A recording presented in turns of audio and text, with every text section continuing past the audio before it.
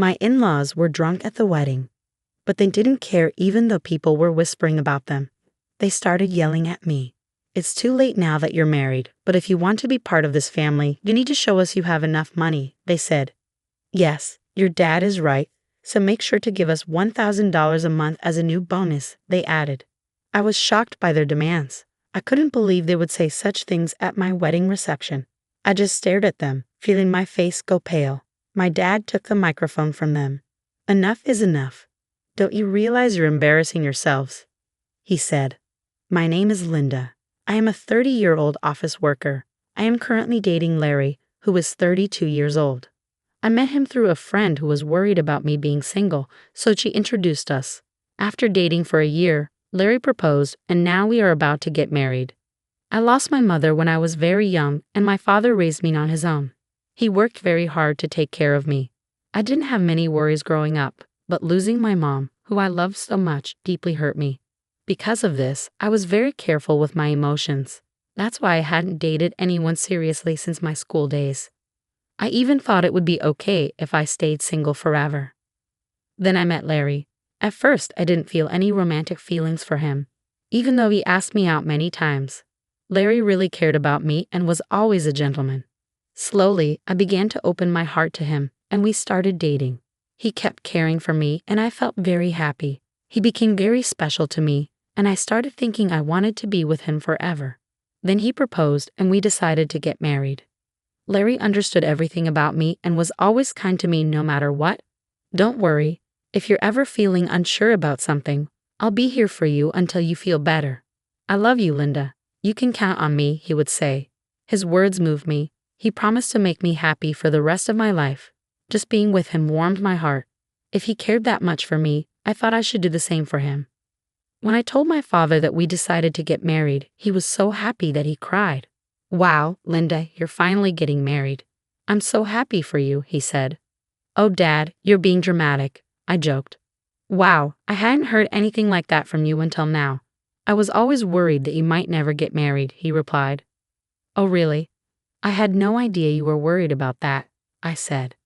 Well, every father worries about his daughter, you know. Anyway, congratulations, he said. Thanks, Dad, I replied.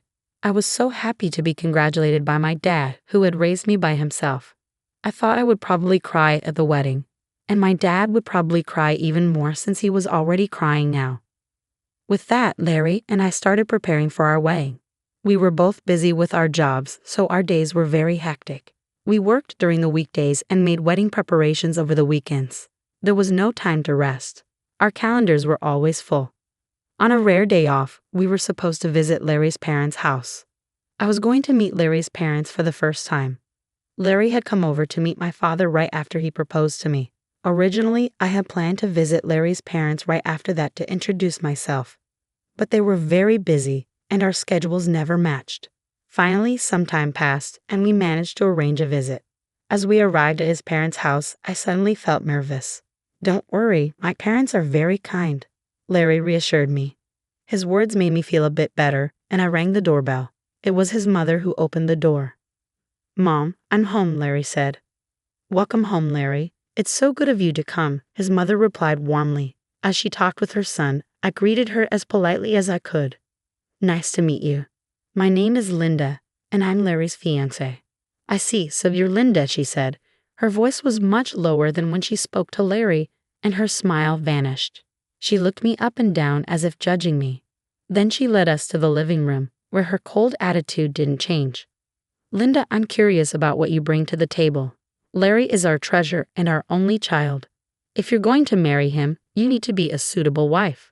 Are you worthy of him? She asked, more like an interrogation. I was taken aback by her question. I hadn't expected such a cold attitude from my future mother-in-law and was at a loss for words. You're going to join our family, you know. Are you ready for that? She continued. True, marrying Larry meant joining his family. But it's not like Larry's family were the Kennedys or some well-known high society family. It's not like I was marrying into a royal family. Why was I being asked to make such a commitment? Besides, I wasn't even going to live with them. I don't like being pressured with questions like these. As I was trying to figure out how to respond, his mother seemed impatient with my slow reply and scolded me harshly. "When I ask you a question, answer me right away." "You're so rude," she snapped. "I'm asking if you're ready for this," she continued, raising her voice. Despite feeling overwhelmed, I managed to say, "I hope that Larry and I will support each other in our marriage." When I said that, his mother was not convinced.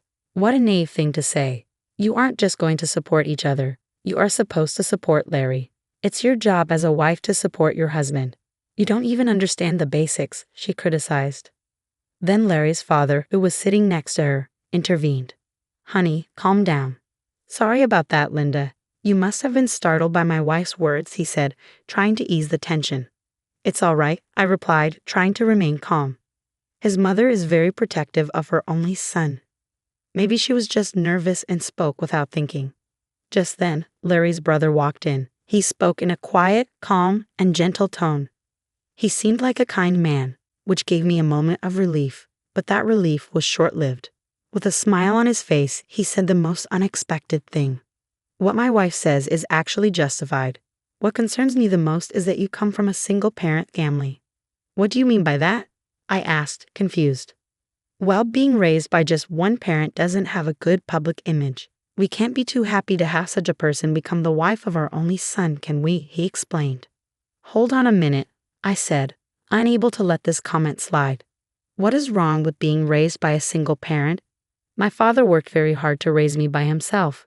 I am very thankful for my upbringing, and I am proud of my father. Being raised by a single parent doesn't make me any less valuable." But they still argued. Since you were missing one parent, you couldn't have learned how to be a good wife, do housework, and such. I responded, "I did a lot of housework to help my father. I can also cook pretty well, so please don't say that." Despite my response, Larry's mother ignored what I said and finally stated, "I will allow you to marry Larry, but in exchange, you must promise to devote everything to us because we are Larry's parents. Can you promise me that?" I was shocked. "What?" "Since you came here to ask for our permission to marry our son, you do know what your duties are, don't you?" Before I could say more, he continued the conversation. I found that my in-laws had completely taken over the conversation, giving me little chance to respond. That night, as I thought more about the marriage, I decided to share my feelings with Larry. "Say, Larry, do your parents always talk to people like that?" "What about it?"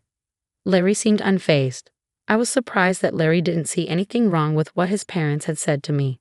"Well, I mean the way your parents spoke to me and what they said," I tried to explain. "Oh really? Well, they were just talking about whether you were ready for this marriage. I get that your parents are worried about their son's marriage, but I feel like what your parents were saying was a bit too much." "Really? Why is that?" "My parents didn't say anything wrong. Besides, they've given us permission to get married, so don't worry about it." That's true, but I felt uneasy that Larry seemed to side with his parents more than with me. That was very troubling. I guess he realized I was feeling unsure because he gave me a hug. "Linda, you don't have to worry so much. My parents are just a bit upset because their only son is getting married," he said. He spoke as if he didn't fully support me. "It's all going to be fine. Don't overthink it. I'm sure they just want what's best for us. They want us to be as good of a couple as they are. That's why they were a bit harsh." "Oh really?" I replied, like he said maybe his parents have high expectations for us. But even if that's the case, I don't think it's right for them to belittle me because I was raised by my father. I don't think people who say such things make a good couple. We are the ones getting married, and we should be the focus, not their approval or disapproval. With that perspective, although I was still a bit upset, I decided not to dwell too much on his parents' opinions. Then the day of the wedding arrived. We had many guests, including our relatives, friends, colleagues, and bosses. I walked down the aisle with my father, who had raised me all my life. Larry and I exchanged our vows and rings. We were met with applause, and for the first time, I truly realized that I was getting married to Larry. I felt a happiness I had never felt before. As we walked into the reception hall, we made our way through the crowd, greeted by videos of us as part of the entertainment. It was a joyful time. I chatted with friends I hadn't seen in a while, and many people congratulated us. Despite my earlier worries about his parents, I was glad I had decided to marry Larry. I was glad we decided to have a memorable day. After the ceremony, we planned to officially register our marriage, and Larry and I would become husband and wife. I cherished every moment and felt so happy. Time flew by, and soon it was time for the final part of the event. The bridegroom and both sets of parents lined up to greet the guests. But I started to feel uneasy because of Larry's parents. We were all supposed to be standing in line, but his parents were wobbly on their feet. If you looked closely, you could see that their faces were bright red. They had drunk too much. Some relatives asked if they were okay. My in-laws were clearly drunk. But we had to wrap up the ceremony and get it over with.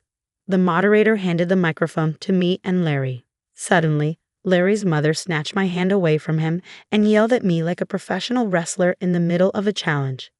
"Listen to me, Linda. After this wedding, you are going to devote yourself to us completely. Prepare yourself because we are going to test you really hard." The guests started whispering to each other, and some even thought it was a joke and laughed. Then Larry's father grabbed the microphone. "Linda, don't you feel embarrassed to wear a dress like that?" "It doesn't suit you at all, dear. You should tell her the truth," his mother chimed in. As expected, the whispers among the guests changed in tone. I looked at Larry, hoping he would stop his father's rude comments, but Larry said he couldn't do that and that his parents weren't doing anything wrong. It became clear he would never protect me from his parents in the future. That was the moment I realized it. I was certain of it even as the hall buzzed around us. My in-laws were drunk and continued to insult me. "Well, you're already married, but if you're going to be part of this family, you need to prove that you have enough money," they said. "Yes, that's right," they continued. "After you register your marriage at the city hall, you should give us a few thousand a month and your entire bonus." I was shocked by their words. I never thought they would say such things at our wedding reception. I just stared at them, feeling my face go pale. My father took the microphone from them. "Enough of this. Don't you realize you're making fools of yourselves?" he said, though still showing some respect. His parents glared at my father. "Why are you interrupting us while we're talking?" I knew this woman's father was no good. "Single parents are never any good," they said. How dare they insult my father? I thought. My father, keeping his cool, replied, "You people are even worse than I imagined. You even refuse to meet me because I am a single father. I never thought that someone like you would work for President Scott. President Scott is such a respectable person. I assumed his employees would be decent as well." At that, my father-in-law's face turned very serious. How do you know President Scott?" "He's a business partner of my company and, more importantly, an old friend of mine," my father explained. "And speaking of single parents, President Scott was raised by his mother alone. So you just insulted the president of the company you work for." Seeing my in-laws' faces fall at my father's words, I realized they finally understood the mess they had gotten themselves into. "I apologize, sir. Please don't tell the president about this," my in-law pleaded, suddenly falling to his knees. Just moments before, he had acted like he was in charge, but now he looked defeated. I could hear laughter from the guests. Some even pulled out their cell phones to record the scene. "No matter how much you apologize, you can't take back your words," my dad said. He walked over to me and asked if I wanted to go home with him. I said yes and took the microphone from Larry's hand. "Thank you for the great entertainment, but there will be no marriage," I announced to Larry and his parents and to everyone who attended. "I will make sure to return the money you gave us for this occasion." Then I left the reception hall with my dad. I caught a glimpse of Larry and his parents looking dismayed, and soon after, his relatives rushed over with worried expressions on their faces. The place must have been in complete chaos. As I returned their money, I apologized to the guests. They all expressed sympathy for me and praised me and my dad for our actions, saying it was good that we weren't taken advantage of by such terrible people. Later, Larry's coworkers who had attended the reception must have spread the word about what happened at his company. Larry became known for having such unreasonable parents and was criticized for having a weak character. His embarrassment was so great that he resigned voluntarily.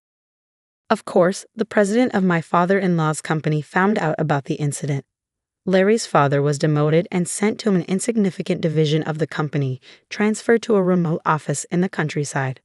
I heard that Larry's family has been ostracized by all his relatives because of what happened at the wedding. While it's unfortunate, it really was their own doing, and sometimes things like that just can't be avoided. In the meantime, I've been using this opportunity to strengthen my relationship with my dad. We've been spending more quality time together, and it's helped me appreciate all he's done for me even more. One day, he sat me down for a serious talk. "Linda, are you interested in running the business?" he asked, looking at me with a mixture of hope and seriousness. "Do you mean?" I started, a bit unsure where he was heading with this. "Why don't you work towards becoming the president of my company?" he suggested. It was a big step, and he seemed to believe I was ready to take it on. "I'll do my best," I promised him, feeling a mix of excitement and nervousness. I decided then to focus on stepping up my game at work rather than getting entangled in romantic relationships for now. I wanted to prove to myself and to my dad that I could excel and perhaps one day be a great leader like him. Currently, I am deeply involved in learning everything I can at my dad's company. The work is challenging but fulfilling, and I'm determined to make the most of this opportunity. Reflecting on the wedding fiasco, it's clear that Larry's in-laws were quite unreasonable, turning what should have been a beautiful event into a spectacle. Thankfully, since the marriage wasn't officially registered, I was spared from a legally binding mistake. Now, free from any marital ties and with no looming in-law issues, I can focus solely on my career aspirations. It's a relief to know that out of a chaotic situation came a clear path forward for me. I look forward to what the future holds and am excited about the potential of leading the company. I wish myself all the best and hope that anyone watching this story can take something valuable from it. Thank you for staying till the end. Please consider subscribing if you enjoyed this story, and I hope to see you in the next video.